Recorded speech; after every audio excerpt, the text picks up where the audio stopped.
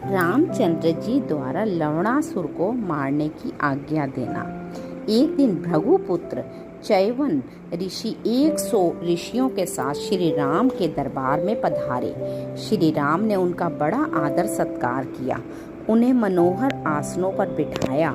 जब सब बैठ गए तो उन्होंने नाना प्रकार के फल फूल और तीर्थों के जल से भरे हुए पात्र श्री राम को भेंट किए। भेंट ग्रहण करने के पश्चात श्री राम उनसे बोले, हे महर्षियों, आप लोग मुझे आज्ञा दें, किस काम के लिए पधारे हैं, मैं उसे पूर्ण करने की प्रतिज्ञा करता हूँ। तब चैवन ऋषि ने कहा, हे राजन, आपने बिना जाने ही केवल आदर के भाव से ही कार्य पूर्ण करने की प्रतिज्ञा कर ली है। आप महान हैं। सतयुग में लोला का बड़ा पुत्र मधु नाम का एक असुर था। उसने तपस्या द्वारा भगवान शिव से एक अवध्य शूल प्राप्त किया था। उस त्रिशूल के रहते कोई उसे मार नहीं सकता था। उसने उस त्रिशूल को अपने बेटे लवणासुर को दे दिया।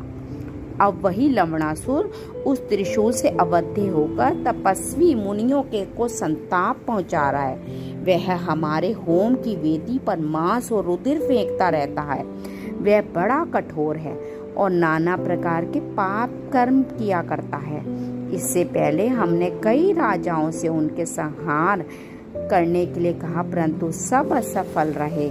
अब हमने यह जानकर कि आपने रावण को अब उसके पुत्रों सहित सेना सहित समाप्त कर दिया है, इसलिए हम आपकी शरण में आए हैं। महर्षि भार्गव की बात सुनकर प्रभु श्री राम ने उनसे पूछा, आप मुझे यह बताएं कि लवणासुर कहाँ रहता है और वह क्या कार्य करता है।